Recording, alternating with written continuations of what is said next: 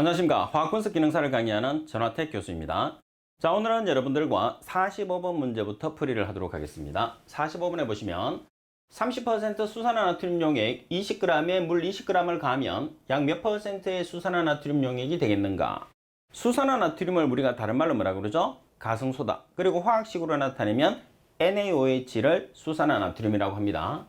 자, 지금 여러분들이 문제를 계산을 했을 때는 기존에 있는 30% 용액 200g에 물 20g을 추가를 했을 때의 농도를 계산을 하는 거예요.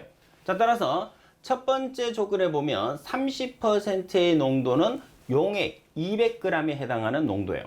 자, 그리고 우리가 지금 계산하고자 하는 퍼센트 농도라는 것은 기존에 있는 200g에 20g의 물을 더 가했을 때의 퍼센트를 나타내는 거죠. 그래서 풀이에 여러분들이 보시게 되면 200g의 용액일 때의 농도가 얼마였어요? 30%예요.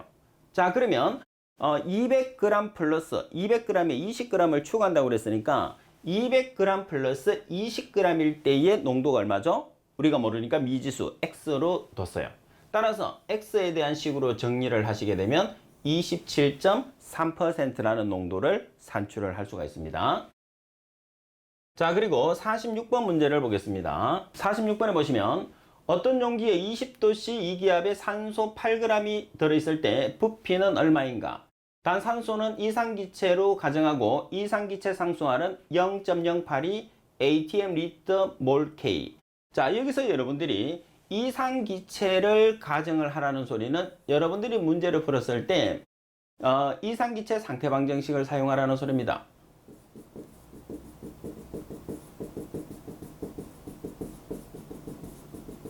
자, 이산기체 상태방정식을 이용을 하는데 이산기체 상태방정식은 PV는 nRT가 되는 거죠.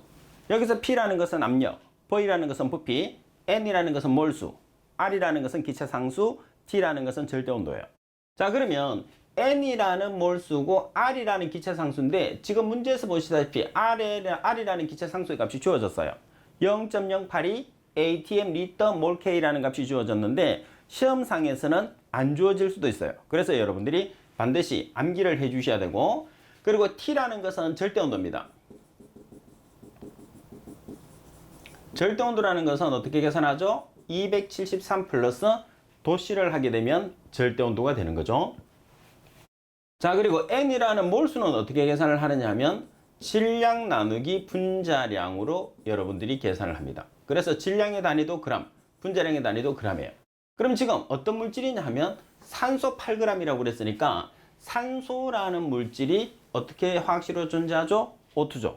자, 그러면 O2의, 다시 말해서 산소의 분자량이 얼마가 되는 거죠? 32g이 되는 거예요. 따라서 몰수를 계산하기 위해서는 분자량 32g분의 질량 8g이 들어가는 거죠. 자, 계산을 한번 해보겠습니다.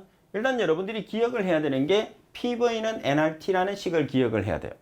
PV는 nRT라는 식을 기억을 해서 N이라는 몰수 대신에 질량 나누기 분자량으로 바꿔서 대입을 하시게 되면 PV는 N분의 W RT라는 식으로 나오게 됩니다. 자, 여기서 P라는 것은 말씀드린 것처럼 압력, 단위는 atm입니다. V라는 것은 부피, 단위는 리터, W라는 것은 질량, g이죠. M이라는 것은 분자량, 그램, R이라는 기체 상수는 atm 리터 몰 K인데 값은 0.082의 값을 가지게 되니까 여러분들이 반드시 암기를 할 수 있도록 하십시오. 그리고 절대 온도는 K 온도라고 해서 273 플러스 도씨를 하시면 돼요. 자, 먼저 대입을 해볼게요. 자, P라는 값이 얼마죠? P라는 값이 2atm, 이기압이 2atm입니다. 그래서 P가 2atm이 되는 거죠. 자, 그리고 V라는 값을 우리가 계산을 해야 되겠죠. 그리고 W라는 질량이 지금 8g, 그리고 분자량이 32g입니다. 그리고 R이라는 기체 상수가 0.082 atm 리터 몰 K, 그리고 절대 온도는 273 플러스 도씨 온도 20도씨를 더해 주시면 돼요. 자, 따라서 V에 대한 식으로 정리를 하시게 되면 오른쪽에 있는 값을 다 계산을 하세요. 자, 그런 다음에 2로 나눠주시면 최종적으로 여러분들이 계산할 수 있는 V는 3리터라는 값이 나오게 되는 거죠. 자, 그래서 이 문제도 상당히 자주 출제되는 문제이기 때문에 여러분들이 잘 기억을 해 주셔야 되는 문제입니다. 그리고 47번 문제를 보시게 되면 0도씨 2기압에서 산소 분자수가 2.15 곱하기 10의 21승계이다. 이때 부피는 얼마인가 이렇게 문제가 나와 있어요. 자, 그러면 여러분들 동일하게 기체 상태에서는 이상기체 상태 방정식을 이용을 하시면 됩니다. 그래서 이 문제도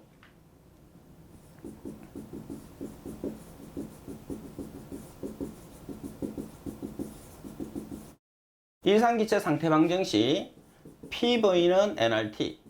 자, 여기에서 n이라는 것이 몰수예요, 몰수. 그래서 이 값을 여러분들이 사용을 하는데 지금 달라지는 것은 뭐냐면 n이라는 몰수를 나타냈을 때 산소의 분자의 숫자가 나와 있는 거예요. 그러면 여러분들이 아보가드로 수에 의해서 산소 O2 1몰을 기준으로 했을 때 분자량은 32g이에요. 그때의 최적은 22.4L입니다. 그때의 개수가 6.02 곱하기 10의 23승계를 나타내게 되겠죠. 자, 이런 내용들을 우리가 꼭 알고 계셔야 됩니다. 따라서 개수가 나와 있을 때 몰수를 여러분들이 계산했을 때는 만약에 질량이 나와 있으면 질량 나누기 분자량을 하시면 되잖아요. 개수가 나와 있으면 주어진 개수 2.15 곱하기 10의 21승계 나누기 1몰에 해당하는 개수 6.02 곱하기 10의 23승계를 해주시면 몰수가 나오는 거죠. 자, 나머지는 그대로 대입을 하시면 됩니다. 자, 먼저 P라는 값이 얼마죠? 2atm. 그리고 V라는 값을 계산하죠. 그리고 R이라는 값은 기체 상수 값은 안 주어질 수도 있으니까 여러분들이 반드시 암기를 하시라고 그랬어요. 얼마냐면 0.082 atm 리터 per mol K. 그리고 온도는 0도씨니까 273 플러스 0도씨를 하면 273K가 되는 거죠. 그래서 지금 이 문제에서 가장 핵심 부분은 뭐냐 하면 몰수입니다. 몰수. 그래서 여러분들이 몰수를 계산하는 게 47번의 핵심이라는 것을 꼭 기억을 하세요. 그래서 말씀드린 것처럼 개수가 나와 있으면 개수 나누기 기준값. 그래서 2.15 곱하기 10의 21승계 나누기 기준값이 얼마죠? 6.02 곱하기 10의 23승계를 해서 최종적으로 V를 계산하면 0.04리터가 나왔어요. 밀리리터로 정답에서 계산을 하라고 돼 있죠. 따라서 리터가 밀리리터보다 10의 3승 큰 단위니까 10의 3승을 곱하게 되면 40ml라는 값이 나오게 됩니다. 자, 그래서 47번 같은 경우에서는 가장 중요하게 말씀드린 것처럼 몰수를 계산을 하는데 이 기본값을 이용을 해서 여러분들이 몰수를 계산을 한다는 거죠. 그래서 몰수는 보통 두 가지로 계산합니다. 지금 있는 것처럼 개수가 나와 있으면 주어진 개수 나누기 6.02 곱하기 10의 23승계. 그리고 질량이 나와 있으면 질량 나누기 분자량. 그리고 예를 들어서 체적이 나와 있으면 주어지는 체적 나누기 얼마를 하면 되죠?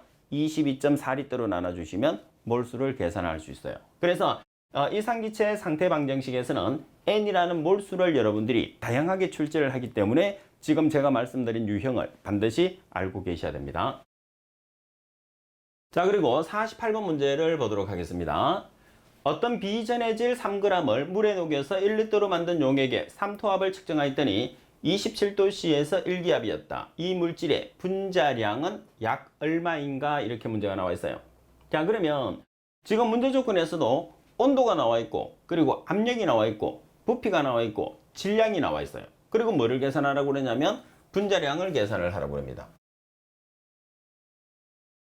그죠? 자, 그러면 질량이 나와 있고 분자량이 나와 있으면 우리가 뭐를 계산할 수 있죠?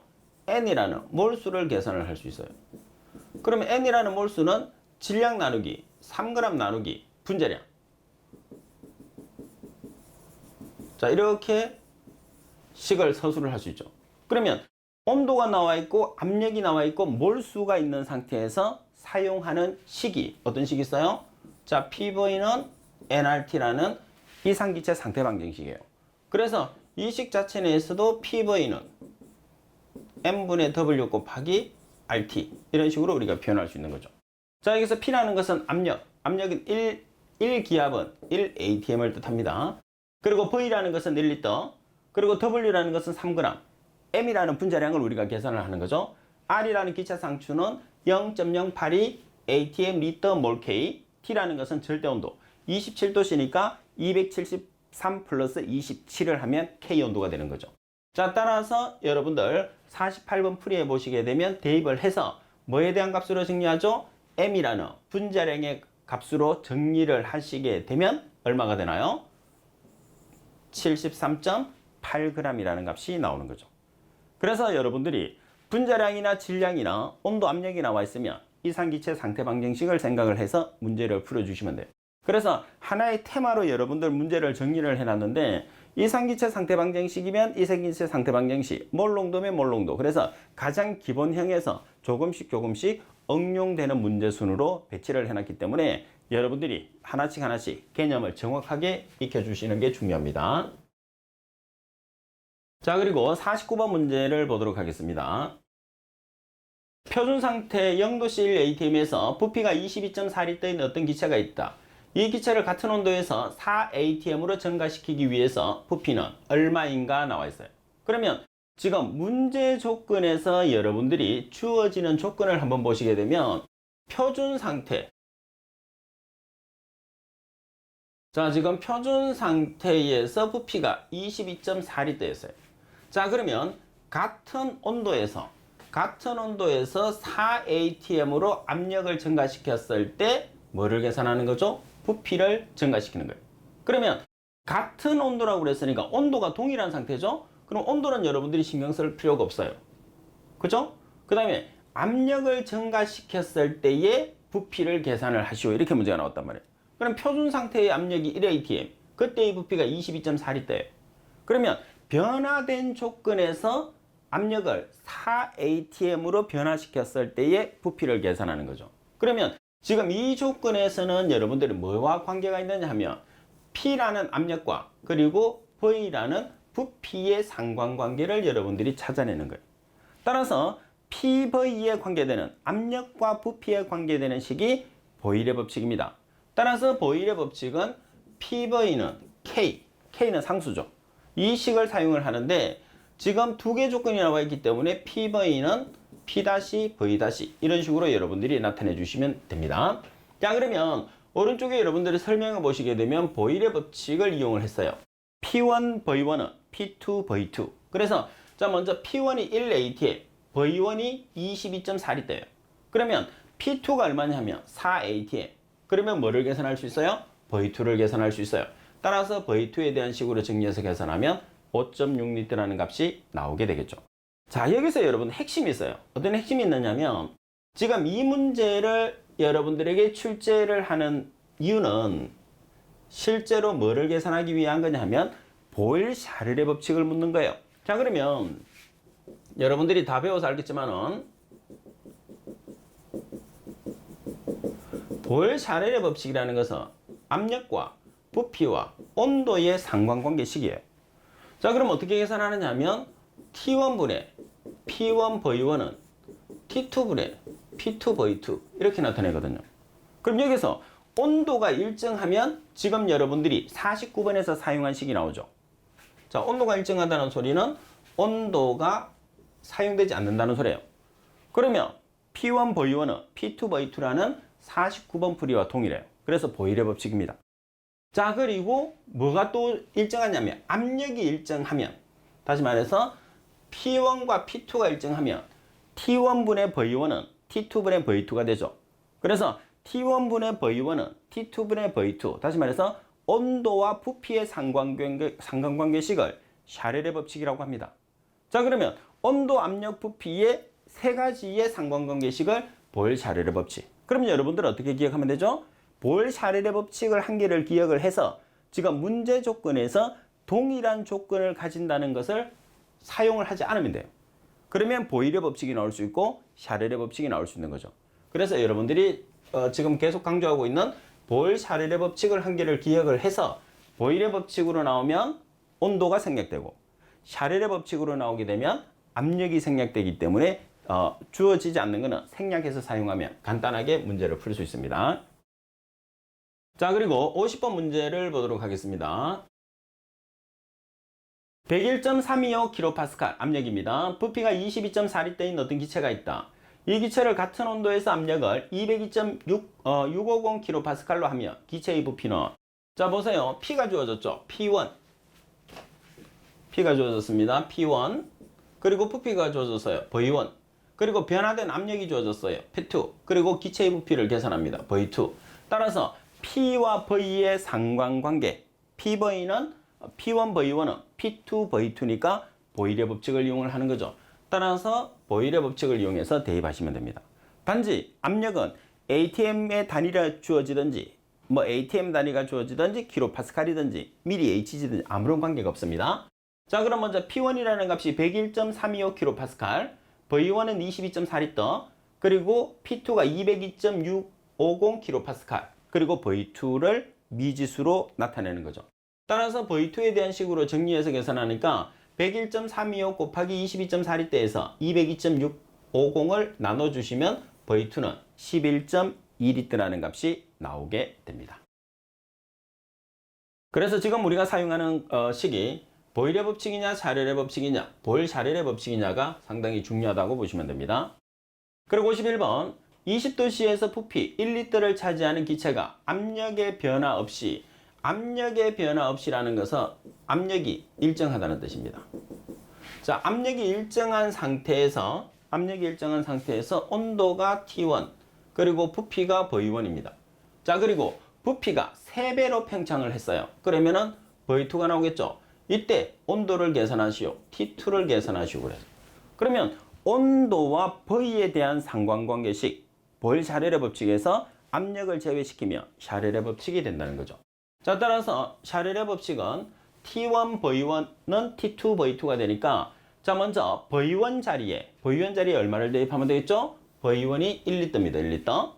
자, 그리고 온도는 20도씨니까 절대 온도로 고치면 273 플러스 20. 그럼 K 온도가 되는 거죠. 그리고 T2는 미지수입니다.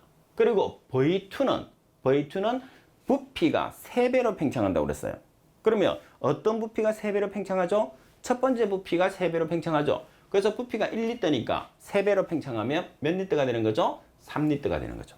자, 따라서 T2에 대한 식으로 정리를 해서 계산하면 879K가 되죠. 자, 여기서 만약에 절대 온도가 아니고 도시 온도로 계산하시오 그러면 어떻게 계산하면 될까요?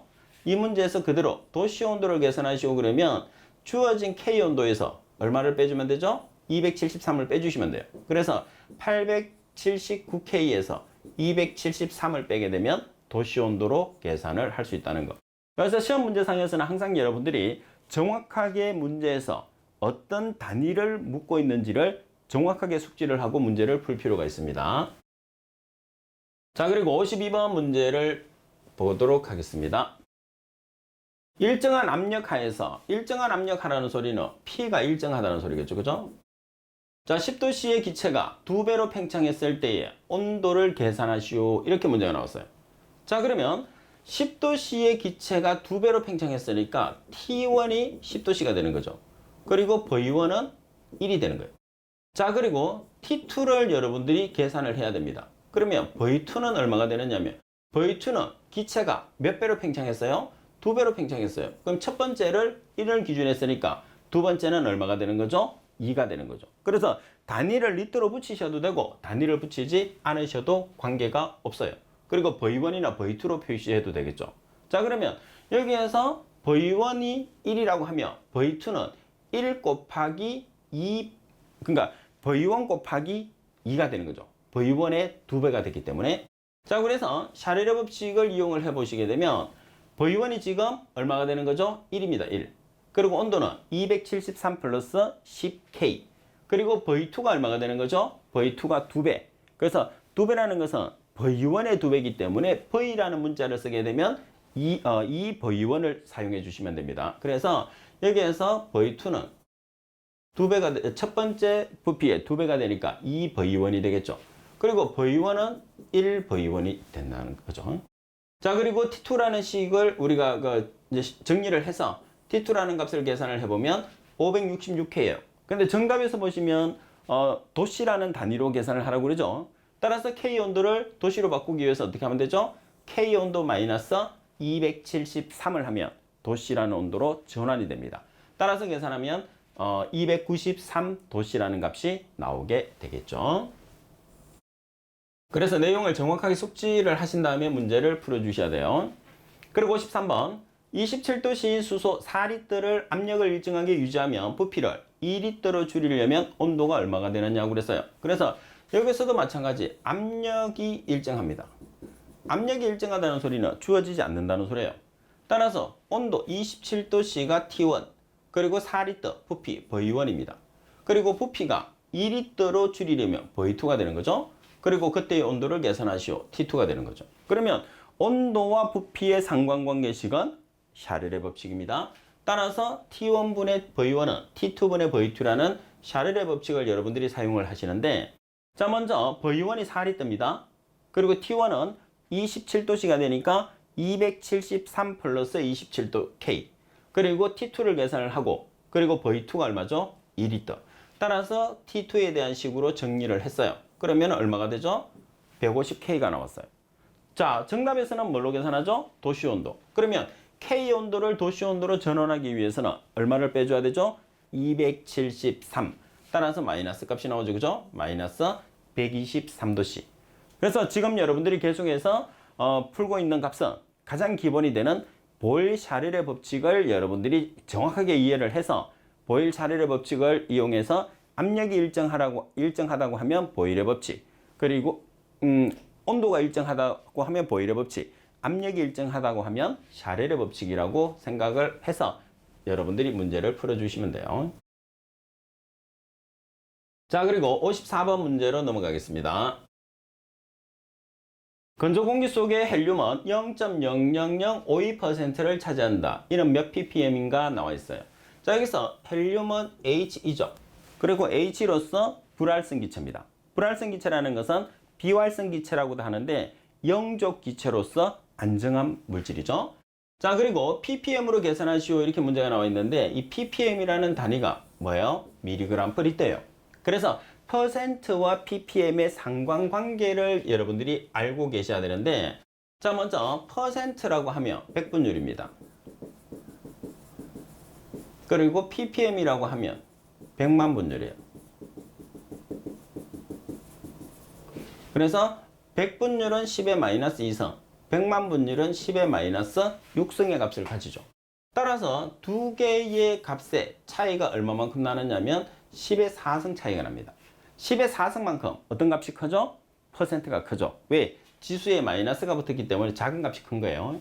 따라서 결론적으로 우리가 식을 전환을 했을 때는 그러면 ppm에서 10의 마이너스 4성을 곱하면 퍼센트가 되죠. 그리고 퍼센트에서 10의 4성을 곱하면 ppm이 된다는 것을 꼭 기억을 해야 돼요. 그래서 풀이에 나와 있는 것처럼 여러분들 2번과 3번, 팁에 나와 있는 2번과 3번을 정확하게 기억을 해야 되죠. 그러면 지금 제가 설명한 것처럼 이런 과정을 거치지 않고 바로 10의 4성을 곱할 것이냐, 10의 마이너스 4성을 곱할 것이냐를 가지고 간단하게 답을 맞출 수 있습니다. 자, 그러면 퍼센트를 ppm으로 전환하니까 얼마를 곱하죠? 10의 4성이에요? 10의 마이너스 4성이에요? 자, 퍼센트가 크고 ppm이 작으니까 작은 단위를 큰 단위로 바꿀 때는 지수에 플러스를 붙이니까 10의 플러스 4성을 곱해주시면 돼요. 따라서 값을 계산하면 5.2%입니다. 자, 여기서 문제를 조금 더 헷갈리지 않고 여러분들이 풀 수 있는 제가 방법을 하나를 가르쳐 드릴게요. 자, 일반적으로 단위를 환산을 했을 때 실제로 여러분들이 10의 몇 성, 예를 들어서 10의 3성 차이가 난다 또는 10의 6성 차이가 난다는 건 알고 있는데 지수에 마이너스를 붙여서 곱할 것인지 플러스를 붙여서 곱할 것인지가 상당히 헷갈리는 경우가 있어요. 자, 그런 경우를 해결하기 위해서 자, 단위는 두 개밖에 없어요. 작은 단위와 큰 단위밖에 없습니다. 그래서 작은 단위에서 큰 단위로 갔을 때 예를 들어서 작은 단위와 큰 단위가 10의 3성 차이가 난다고 봤을 때, 자, 그리고 큰 단위를 작은 단위로 갔을 때 동일하게 10의 3성 차이가 난다고 봤을 때 지수의 플러스냐 마이너스냐를 구별을 하는 건데, 자, 어떻게 하느냐면 작은 단위를 큰 단위로 여러분들이 전환을 했을 때는 10의 마이너스 성을 붙여주면 돼요. 그리고 큰 단위를 작은 단위로 고쳤을 때는 플러스 성을 해서 곱해주면 됩니다. 그래서 이 값을 여러분들이 정확하게 기억하고 있으면 아주 쉽게 단위로 환산할 수 있어요. 그래서 퍼센트 단위가 ppm보다 크다고 그랬죠. 그래서 어떻게 했죠? 지수에 플러스 4승을 해서 곱해주는 겁니다. 잘 기억하세요. 자, 그러면 55번을 간단하게 나타낼 수 있겠죠. 자, 1ppm은 몇 퍼센트냐고 그랬어요. ppm이 퍼센트보다 10의 4승 작은 단위예요. 그럼 어떻게 하면 되겠죠? 자, 1ppm 곱하기 10의 플러스 4승을 곱하나요? 마이너스 4승을 곱하나요? 작은 단위를 큰 단위로, 작은 단위를 큰 단위로 가니까 마이너스를 붙이라고 돼 있어요. 그래서 10의 마이너스 4승을 해서 계산을 하면 답은이 바로 정답이 나오는 거죠. 어때요? 좀 쉽게 이해를 할 수 있겠죠? 그래서 여러분들이 공부를 했을 때는 무작정 암기를 하는 것보다는 기본적인 내용을 이해를 하고 암기를 하면 아주 쉽게 문제를 풀 수가 있다는 거. 자, 그리고 56번 문제로 넘어가도록 하겠습니다. 56번 문제를 보시게 되면 투광도가 50%일 때 흑광도는 얼마인가 이렇게 나와 있어요. 자, 이 문제는 분광광도법에서 흑광도를 구하는 식인데, 자, 제가 설명을 조금 해드릴게요. 자, C라는 농도가 있습니다. 지금 네모로 나타낸 것은 흡수셀입니다. 용액이 들어가 있는 셀이에요. 자, 그래서 지금 흡수셀로 들어가는 농도가 I0라고 그래서 빛이 투사광의 강도입니다. 그리고 셀을 빠져나오는 빛을 IT라고 그래서 아닙니다. 자, 다시 나타낼게요. 자, 지금 네모로 그린 게 셀입니다. 셀, 흡수셀인데 여기에 시료가 들어가 있어요. 그래서 농도라고 하는데 실제로 여러분들이 그림을 보시게 되면 셀이 사각셀을 주로 쓰니까 이 상태에서 빛이 이렇게 들어가거든요. 얘를 단면으로 잘라 놓은 거예요. 그러면 단면으로 잘랐을 때 들어가는 빛과 나가는 빛이 있겠죠? 따라서 들어가는 빛을 I0라고 그래서 입사광의 강도라고 합니다. 그리고 나가는 빛을 IT라고 그래서 투사광의 강도라고 하죠. 그럼 여기서 여러분들이 꼭 기억을 해야 되는 것은 뭐냐면 램비어트 비어의 법칙이에요. 램비어트 비어의 법칙에서 IT는 I0 곱하기 10의 마이너스 입실론 CL로 표현하죠. 자, 이게 첫 번째. 그 다음 두 번째는 흑광도.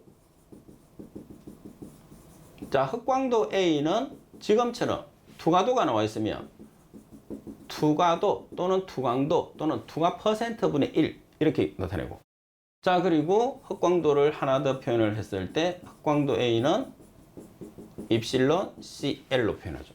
이 세 가지는 여러분들이 반드시 암기를 해야 됩니다. 자, 그래서 문제 조건에서 보면 투광도라는 게 뭐냐 하면 투사광의 강도입니다. 그래서 지금 식으로 표현을 했을 때 보시다시피 투광도라는 투사광의 강도로 표시를 하잖아요. 근데 문제 조건에서 뭐냐면 투과 퍼센트가 나올 수도 있고 그리고 흡수 퍼센트가 나올 수도 있어요. 시험상에서 투과 퍼센트와 흡수 퍼센트는 100%죠. 흡수 퍼센트라는 것은 뭐냐면 농도에 흡수된 빛입니다. 그리고 흡수되지 않은 빛이 투사광의 강도, 투광도가 되는 거죠. 그러면 시험상에서는 항상 투과 퍼센트를 또는 투광도를 이용을 해야 되거든요. 그래서 흡수 퍼센트가 나와 있으면 100에서 흡수 퍼센트를 뺀 다음에 투과 퍼센트를 계산을 해서 어디에 넣는 거죠? 식에 넣는 거예요. 그래서 결론적으로 여러분들이 흑광도를 계산하는 식에서 입실론이라는 몰 흑광계수와 C라는 농도와 그리고 투과글이 L이 나와 있을 때 사용하는 식과 그리고 투과 퍼센트 또는 투광도가 나와 있을 때 사용하는 식 두 가지로 나와 있는 거죠. 따라서 지금 문제에서는 투광도로 나와 있기 때문에 이 투과 퍼센트에 얼마를 집어넣으면 되겠죠? 50%니까 0.5를 집어넣으시면 돼요. 그래서 로그 0.5분의 1을 해서 계산기를 사용하면 0.3이 나오고, 로그는 우리가 상용대수라고 해서 공학용 계산기에서만 여러분들이 사용을 할 수가 있습니다. 그래서 시험을 쳤을 때 공학용 계산기가 필요한 거죠. 자, 그 다음 57번에 보면 같은 내용이니까 계속해서 보겠습니다. 분광광도계를 이용해서 시료의 투과도를 측정한 결과 투과도가 10%T였다. 이때 흑광도는 얼마인가 나와 있어요. 그래서 지금 투과도가 10%, 투과도가 10%라는 것은 투과 퍼센트, 투광도하고 같은 말이 되거든요. 따라서 여러분들 투과 퍼센트에 얼마를 대입하면 되죠? 0.1. 그래서 0.1을 대입하시게 되면 1.0이라는 값이 나오는 거죠. 56번과 57번은 말의 차이가 나는 거지 같은 문제가 됩니다. 자, 그리고 58번 문제를 보겠습니다. 같은 동일한 내용들이 되죠. 용액의 두께가 10cm, 농도가 5몰 per 리터, 흑광도가 0.2, 몰 흑광도 계수는 얼마인가 이렇게 나와 있어요.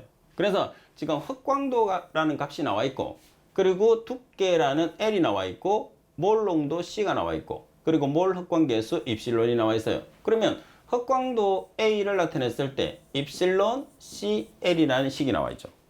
지금 여러분들 56번과 57번에서는 투과 퍼센트라는 투광도를 이용해서 흑광도를 계산하는 문제고, 그리고 58번 같은 경우에서는 몰 흑광 계수와 농도와 두께가 나와 있을 때 흑광도를 계산하는 식이에요. 그래서 조금 전에 필기해 주었던 램비어트-비어의 법칙부터 이 세 가지를 정확하게 이해를 해야 됩니다.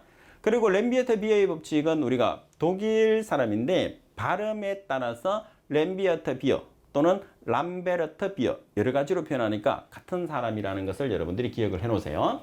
자, 그러면 식에 그대로 대입하시면 돼요. A라는 흑광도가 0.2입니다. 몰 흑광 계수를 계산하죠. 농도가 5몰 per 리터, 그리고 두께가 10cm.